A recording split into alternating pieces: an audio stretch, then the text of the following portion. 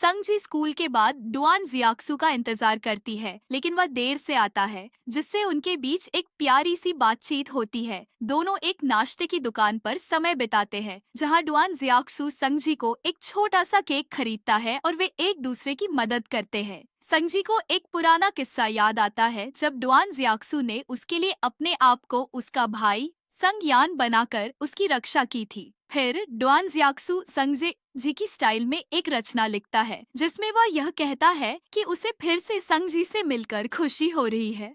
संगजी इस इशारे को बेहद सराहती है और उसे वी चैट पर जोड़ लेती है। जब संगजी की माँ कमरे में दूध की बोतल देखती है तो वह चिंतित हो जाती है और संगयान को घर वापस आकर संगजी के साथ बैठने के लिए कहती है।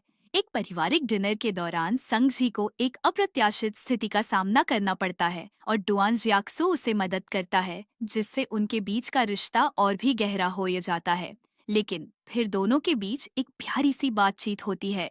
दोनों एक नाश्ते की दुकान पर जाते हैं, जहां डुआन जियाक्सू संग जी के लिए केक खरीदता है और वे एक दूसरे की मदद करते हैं। संग जी को एक पुराना याद आता है, जब डुआन जियाक्सू ने उसे उसकी माँ के सामने बचाया था और उसके लिए अपने आप को उसका भाई बना लिया था। इस घटना ने संगजी को गहरे तरीके से प्रभावित किया था।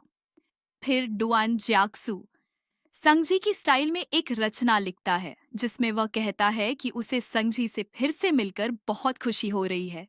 संगजी इस खूबसूरत इशारे को महसूस करती है और उसे वी चैट पर जोड़ लेती है। जब संगजी की माँ कमरे में दूध की बोतल देखती है तो वह चिंतित हो जाती है और संगयान को घर बुलाकर संगजी का ध्यान रखने के लिए कहती है।